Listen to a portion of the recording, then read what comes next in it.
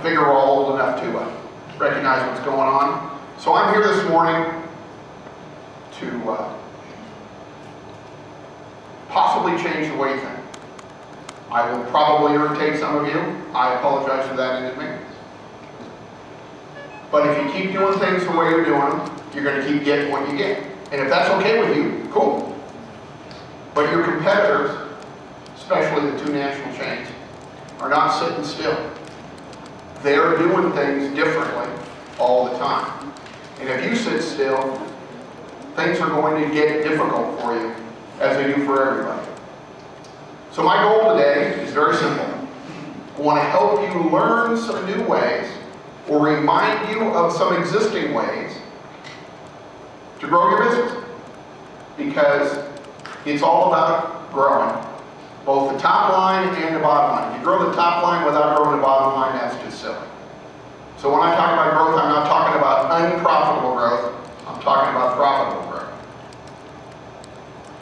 Your customer base, like all customer bases, are getting more demanding. There's more competition out there. The customers are expecting more from you. They may whine about it. As consumers, we're always claiming nothing's getting any better, but the truth of the matter is, we're raising our expectations all the time. Your customers are no different. They're raising their expectations all the time. And your competition's not sitting still. The competition is tough, and it's going to get tougher. They're not looking to figure out how to keep you in business. They're looking at how to put you out of business, mostly. Small differences make all the difference. Michael Phelps won the gold medal, his last one, by 0.23 seconds. That was it. The difference between first place and second place was 0.23 seconds. Little differences make a difference between first place and second place. And don't look over your shoulder, because, as Satchel Paige said a long time ago, something may be gaining on you. Show you an example of that.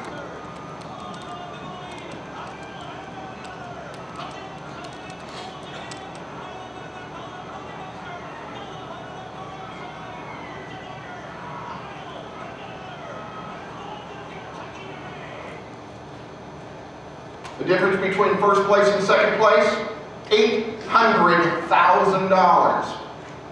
First place horse wins $1.24 million. The second place horse wins $400,000. Now you might say, well, $400,000 is nothing to sneeze at. No, it's not. But $1.24 million is a whole lot better. My message is very simple. It's about winning. It's about growing faster than the competition. It's about doing things that will drive your business to where you want it to be. In light of all the changes that are going on, the world is changing. The government continues to change things. The economy continues to change things. The consumers continue to change things. And your competitors continue to change things. Nothing is staying the same. If you like it the way it was, get over it. It's not going to be that way again. Which puts you under a lot of pressure. If you thought it was easy, you didn't. You will have to build it. You will have to grow it. You will have to do the work, and you will have to get your people to do the work with you. Because if you don't, nobody's going to help you. You're either moving forward or you're moving backwards. You're either getting ahead or you're getting behind. And if you get too far behind, you go away. A lot of rent-to-own independent retailers aren't around anymore, and you know it better than I do. You're either moving forward or you're ending up moving backwards, because there's no treading water in your business or any business. Doesn't work that way. So what do you want to do about it? This is about you. Each and every one of you needs to make your own decisions about what you want to do with your business. It's not for me to decide. It's not for the person sitting next to you to decide, unless they're your partner in business. It's for you to decide. What makes sense to you? What are you willing to do, able to do, and need to do in your marketplace so that you're around here next year and the year after and the year after that doing better than you were before, so that every year is a better year for you? What do you want to do about that? So let's talk about growing sales. There are only 4 ways a retailer can grow business. That's it. It's very simple. There are only 4. Not 20, not 5, not 7, just 4. So let's talk about those 4. First thing you can do is you can sell more to each customer each time they shop with you. That works real well for most retailers if they focus on it. Not so sure that's a hot opportunity in the rent-to-own business. So I'm not going to spend any time on it because your customers, as I understand it, are tight on money, which means that they probably already want to buy more than they can buy from you. So it's not, I'm not telling you there's no opportunity there. I'm telling you of all the things we could talk about today, I decided this one was probably not an area to focus on for you. You get customers to shop with you more often. Again, retailers work really hard to get consumers to come back into their stores as often as possible because smart retailers know every time I get a consumer into my store, I got an opportunity to sell them something. Well, you guys get them in your store every week. How cool is that? Now I realize they all don't show up every week. Some of them mailing checks to you, some are you on monthly programs. The point is, again, of the 4 ways there are to grow sales, this one looked to me like not really an area to focus on. We only got an hour and a half together. I can't do everything. So I decided this one probably, again, was something you all, because of the nature of your business, did better than most retailers. Number 3, get new customers to shop with you. Oh, that's cool. We're going to talk about that. Get new customers to shop with you is the number 3 way to grow business, but the first one we're going to talk about today. But before we do that, let's talk about number 4 because we'll talk about that one as well, and that is don't lose the customers you have. You lose a lot of them. I understand it's the nature of the business. The automobile insurance industry tells me it's the nature of their business too. The airlines think it's the nature of their business. But I think they all get together at their annual convention and decide how low they can keep the bar so that nobody has to work very hard. Well, 2 of the major players in your industry aren't here to keep the bar low. So if we're going to keep the customers we have by not losing customers, we talk about that. And that's a special problem in your industry we will talk about. So that leaves us 2 ways to grow sales that we're going to spend our time on this morning. Attracting new customers and not losing the customers we have. So, how do we focus on getting new customers to shop with us? There's lots of ways to do that. Lots of ways to do that. There's no end of vendors who probably come in and offer ways for you to give them money so they can allegedly help you attract new customers to your store, whether it be your local newspaper, your local radio station, or larger media. People have all kinds of ways to help you allegedly grow your retail business by attracting new customers. If they don't work, you're the one that's out the money. If your direct mail piece doesn't attract the right customers to your store, the post office doesn't care. The direct mail vendor probably doesn't care as much as you do. And I promise you, your local newspaper doesn't care whether your ad pulls or not. If they did, they'd have invented pay-per-click a long time ago. But every single newspaper publisher that I talk to and ask them why, in today's world, when newspaper publications are going that way, and advertising in newspapers is going that way, that they aren't willing to sell you or anybody else a pay-for-performance ad. And they say the same thing they've been saying probably since the first day they took an ad in the newspaper. Well, how will I know if the company's any good and whether their ad's any good? And whether or not they can convert those people into sales? That can't be my responsibility. Okay. Then just go out of business as a newspaper publisher. I don't care. We need to focus on how to get new customers in your stores. So, some research was released earlier this year. Professor at Columbia University did a substantial amount of research on your industry, and he found that independents are growing market share, while Aaron's and Rent-A-Center are losing market share. Now I know some of you are going, not in my town. I don't care. That's what I'm here for. His research says independents are growing share, the two giants are losing share. If that's not your experience, maybe you need to think about why not. What can you do about it? What can you do about it? Because if you're not growing, you should be. So how are you going to get new customers? Well, in all industries, the category leader can, and oftentimes does, invest money to grow the category. Especially if the category leader is a dominant supplier in the industry. But if you are not the category leader, you shouldn't be doing that. According to the research I found, Rent-A-Center and Aaron's have 55% of the stores and more than that in market share. So they together represent the category leader. They have more than half the business in the industry across the nation. And if in your town they don't, good for you. Which means if anybody's going to work to grow the industry, it has to be them.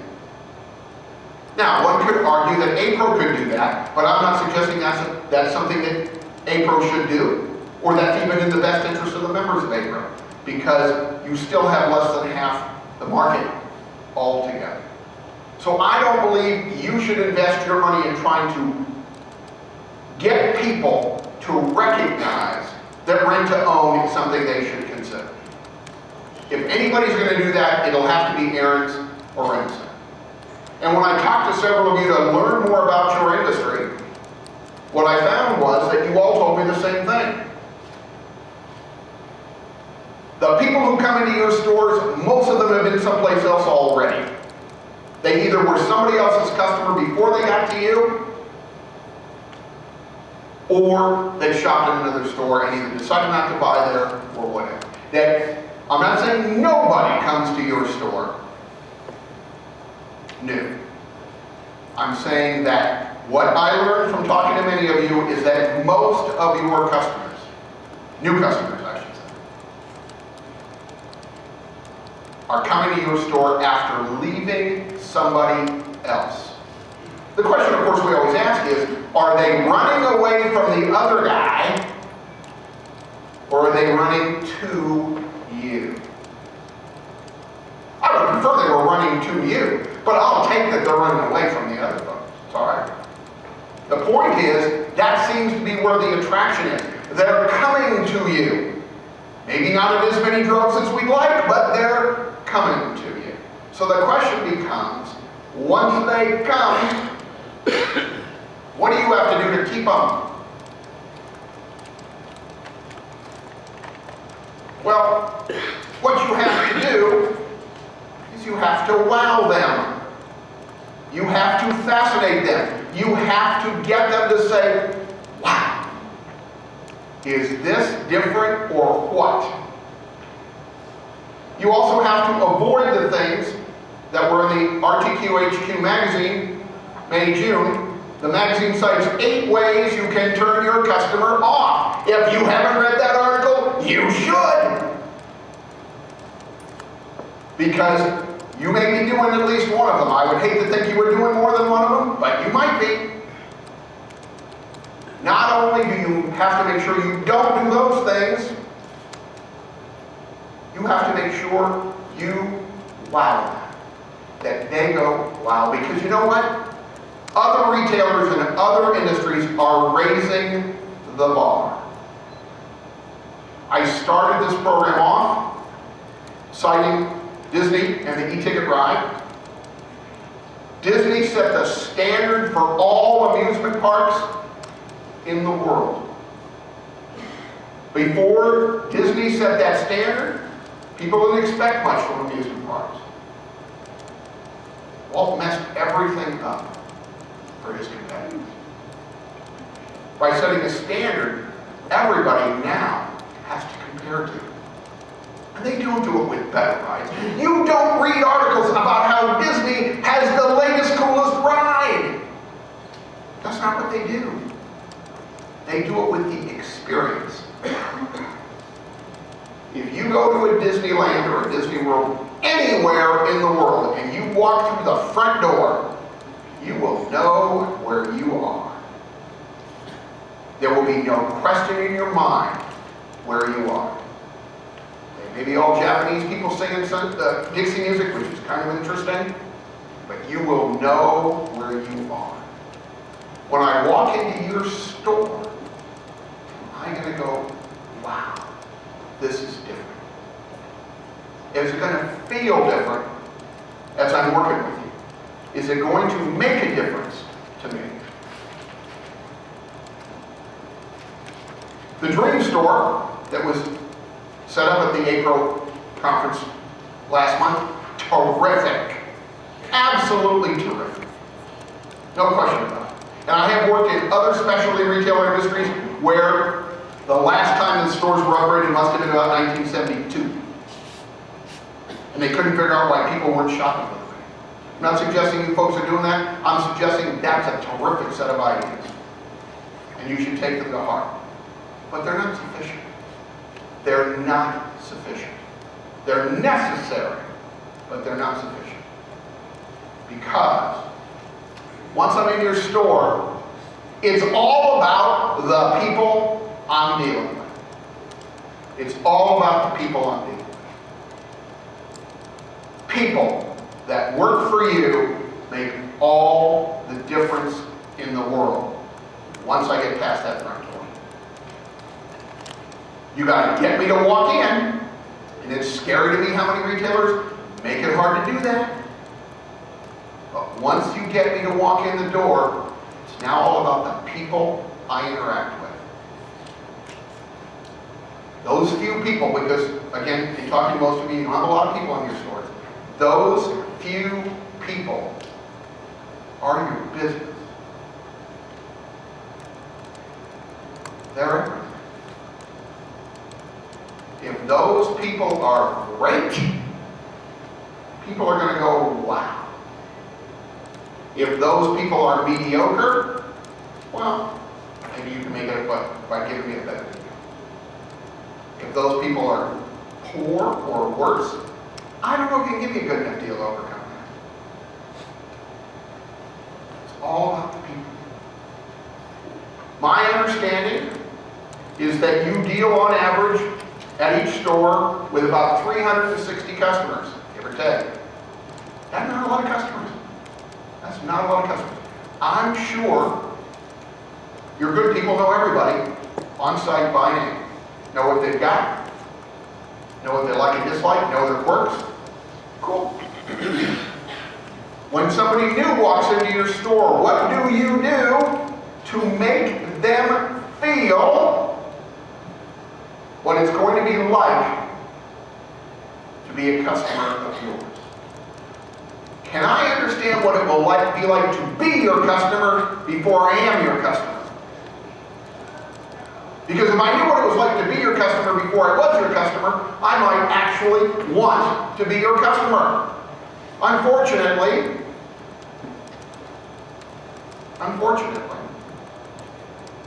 for a lot of us, our relationship with people before they're customers and after they're customers go like this. Heard this story a while back.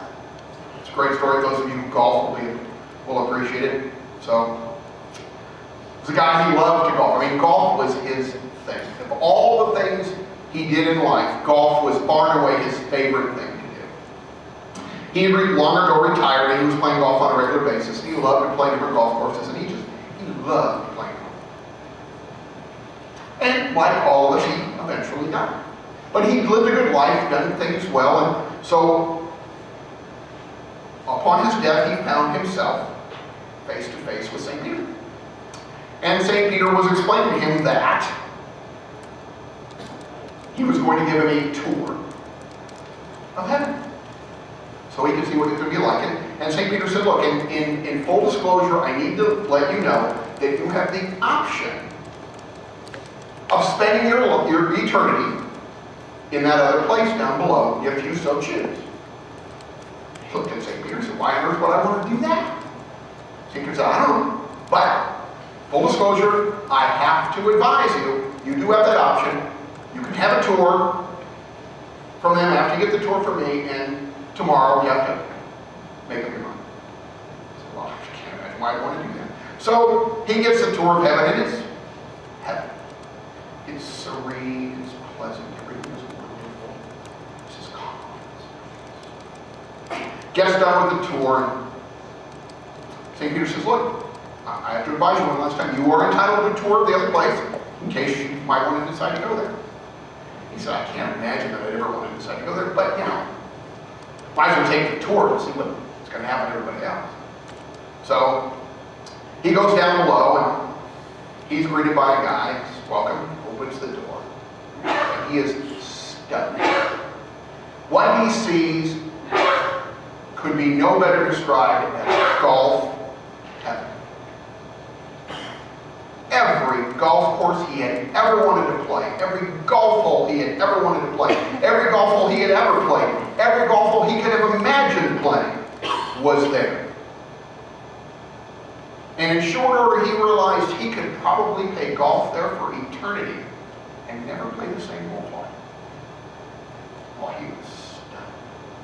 He turned to his guide and he said, this is not what I was led to believe this was going to be like. The guy said, we get a bad rap, The only way they can compete is by dragging us down. Oh, wow. Yeah. So he got overnight to think about it, so he sleeps on it overnight, wakes up the next morning, goes to see St. Peter. St. Peter says, well, what's your decision? And recognize your decision is irrevocable and it is for eternity. I cannot believe I'm telling you this, but I think I'm going to choose to spend eternity down below.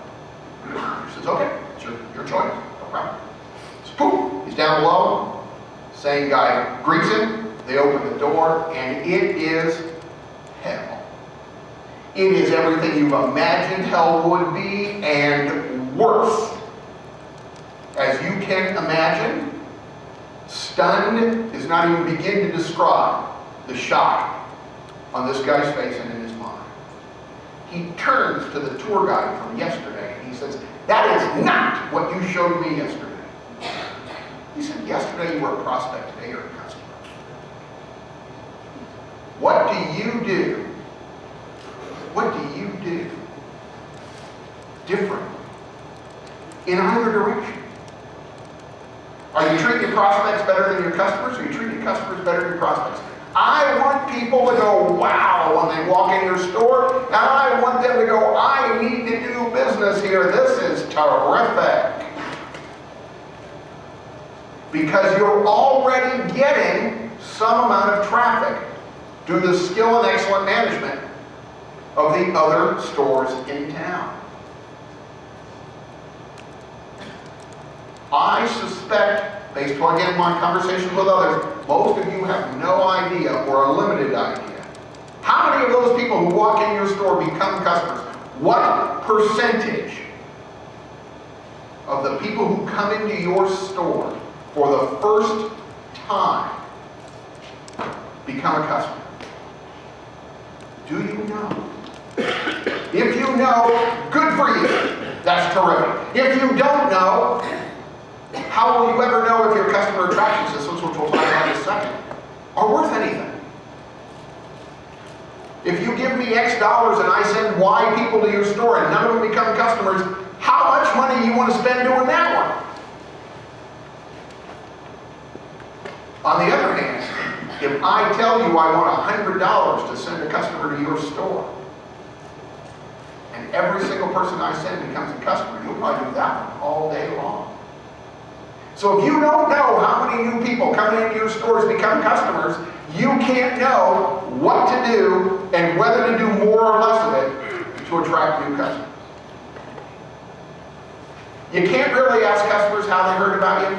I'd love to tell you you can't. Well, you can, it just won't do you any good. So when we talk in a minute about how did you hear about us, recognize that there's limited information you're going to get from that. So this is not really about understanding which of your various promotional or advertising programs are working. This is about understanding whether or not your customer attraction systems are attracting customers you keep, or people who walk in your store, look around, and go.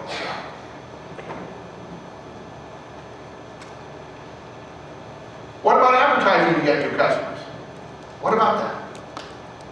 So, in some of the information I read about your industry, you were like many other industries, especially in retail, your advertising was, well, horrible is probably a little strong, but whatever. My understanding, based upon looking at the trends over time, is that your advertising is getting better. Your advertising is getting better. Now the disconnect is between what they are led to believe by the advertising and what happens when they walk in the store. Is your advertising over-promising? And are you under-delivering? Research from APRO suggests it still is. Not telling you to tone down the ads, telling you to raise the impression and relationship that happens when I walk in the store. Make your store stand out in the crowd. Make your store memorable. Get those people talking about your store. Look, you already know this, which is why I didn't bring it up. Most of the people who come in your store, other than the people who are running away from the store they were shopping with before, came because of a referral. We're going to talk about referrals more in a minute, but make your store remarkable. People will remark about it. Make your store so good that the advertising that attracts people there under-promises rather than over-promises. If you're going to advertise, whether it be by direct mail or by TV or a newspaper or radio, whatever methodology works in your towns, who are you trying to attract? Who do you want in your store? Research suggests that Generation Y is a huge untapped market for most of you. And like me, most of you are not in Generation Y. Which means that communicating with them is not in your natural sense. Now I know at the April conference you had a great speaker who talked about generational communication. Cool. Hope you listened. Hope you took notes. Hope you took what he said to heart. Because if you're going to try to attract Generation Y, you need to make sure you're speaking to them in a language they understand. You need to drive a message home that resonates with them. Because that's who you're trying to attract. Whoever it is. And Generation Y is just a larger untapped market. Who are you trying to attract in your store? If you don't know that, running an ad is a waste of time.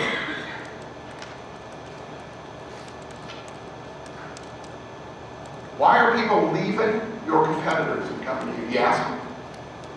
I realize some of them are leaving because they skip some payments. Now you get it. And you get to decide what the deal is. I understand that.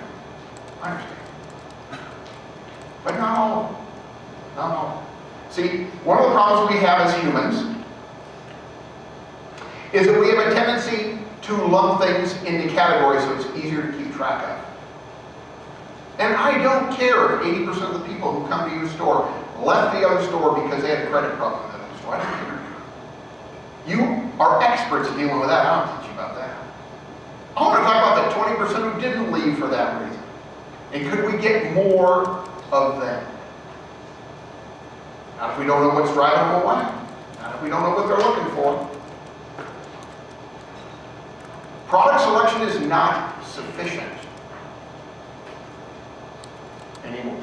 It's good, but it's not sufficient. Because there are very few products people will line up around the block to buy. And Apple and Nike tend to allow those into retail stores. So it doesn't matter much. Here's what you don't want to do though. You don't want to ever go down to the shoe store when Nike introduces their new $300 shoes. Because when you see some of your customers down there, it's going to make you mad. Especially when you aren't paying. Where did you get that $300 for the sneakers? Maybe because they didn't pay you, I don't know. So what? There are lots of ways to attract new customers. Your industry is fortunate, says me, because your competitors run their customers off for any number of reasons. What we want to make sure of is if they walk in the door and we want them to be a customer of ours, they will be. Obviously, if you don't want them as a customer of yours, you can let them leave sooner rather than later. And if you're going to invest your hard-earned profits into attracting new customers into your store, make them customers, not window shoppers. Keep track of the information so that you know what's working and what's not working. All right, we're going to shift gears to keeping customers. Before I do that, we don't have to say questions at the end if you don't want to. I forgot to mention at the beginning. Does anybody have any questions at this point about anything we've talked about so far? If you're willing to. Yes? What was the name of the article, or where did the article come from? Talk about the research study? Yeah, hang on a second. The 8 things that customers. Oh, the 8 things. Oh, that's cool. Yeah, I can do that. And if I get it wrong, the April people will scrape me out. So if you go on that April site, in their magazine RTQHQ, the magazine. All right, you want the May-June issue for 2012, and it talks about 8 ways to turn customers off. Does that help you? Yeah. Great. You bet. Other questions about? Yes, sir. Oh, the research, sure. Yeah. That's why I brought my little notes with me. Okay, so the research is called An Analysis of the Rent-to-Own Industry. I'm going to spell the guy's last name. That title and his last name should be all you need to find it online. So his last name is spelled CZERWONKO.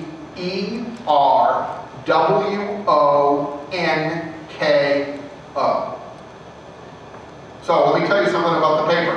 It's an academic paper. It's guaranteed to bore you by the 5th page and put you to sleep by the 8th page. All the good stuff is in the beginning, unless you're a math wonk and really want to study the methodologies that he used and the analysis that he used. You can skip everything that has goofy graphs in it from that page forward. Help me? Great. Any other questions from anybody? All right. And by the way, if you have a question as we're going along, you don't have to wait, you can just interrupt me. Easily interrupt. So, let's talk about the best way to increase sales. The best way to increase sales is the best because it's practically free. And free is cool when you're getting it. Not so much when you're giving it away, but it's pretty cool. And that is, don't lose the customers you have. A few years ago, we were working with a company in Kansas City. The president of the company invited us in to help him figure out how to grow his business because what we do. And like many of our prospective customers, his belief was that what he needed to do was attract new customers to his business. We did an analysis of his business, and what we concluded was that he appeared to be losing more customers than was reasonable for the industry he was in. And we suggested to him that rather than invest a bunch of money in attracting new customers, he should invest his money in retaining the customers that he had. He described that very simply, which I love, and I stole it, and he knows I stole it. He said to me, "Oh, you're telling me I have a hole in the bottom of my bucket, and I just keep pouring water in the bucket. What you're telling me to do is plug the hole in the bottom of the bucket. It's cheaper than more water." I said, "Yeah, pretty much. I thought about that later." So, do you have a hole in your bucket? I suspect you do. Given the people I talk to in your industry, it's the nature of your industry which allows most of you to decide, well, that's just the way it is. Cell phone industry seems to think it's normal for people to change cell phone providers. Automobile insurance industry seems to think it's normal for people to change automobile industry insurance providers. Don't know why. Pain in the butt. I'm not telling you you're going to get your customer retention to 100% because you have a unique problem in your industry. It's unique. You have people with dubious credit that you want as your customers, and you need to give them great service. You have the dichotomy almost nobody else has, which is how to balance customer retention and get paid. It's a big problem in your industry. I understand that. If I had a solution, I'd have mailed it to you. We'd have had a shorter meeting, we'd been done. But I'll give you some ideas about it. I understand that your larger competitors split collections from sales. So that the person who's beating the crap out of me, to get paid is not the same person trying to help me select new merchandise or upgrade or change or whatever. Many of you are feeling that, well, we can't do that. We have too few people to do that. Understand? But you have to solve the problem. You have to solve the problem. My recommendation to you is, if at all possible, split collections from sales. If at all possible. In your industry, split collections from sales. Because collections in your industry usually is due to the credit risk you took. In other industries, collections is often a problem because the customer is not satisfied. And they're withholding payment in order to get the service or the product that they purchased. In your industry, that's probably true to some degree, but nowhere near as great as it is just because they're not paying, because they can't or they won't. I get that. So I'm suggesting you split the two. How do you do that? Well, there's any number of ways to do it, and I can't begin to tell you as a group what to do. I can tell you some things to think about. Obviously, if you have enough staff in a store, you can split it that way. But for many of you, you have very few people in each store, but you have several stores. Which leads me to think that it might be possible to centralize collections. Now, I realize, and I bounce this off of a few people in your industry, that the problem with centralized collections is the collector doesn't know the consumer and can irritate the crap out of them, and you can end up losing them. I get that. That's a training problem. That's a training problem. You can fix that if you want to. Or you can just live with the problem and get it back. But you do have a unique problem, and I appreciate that it has to be solved because you can't give great service while still trying to collect easily. Can you? Yes. In fact, in one of the findings of the FTC study was that in your industry, people felt they were treated well. 64% of the people who reported to the FTC about how they were treated in your industry felt that they were treated with respect. I'm not sure 64% of normal consumers would say they were treated with respect with collection problems from anybody else. I think that's commendable. I do. So you're already on your way, but you got to get better at it because it is a problem which is not going to change. It's the nature of the challenge in your industry.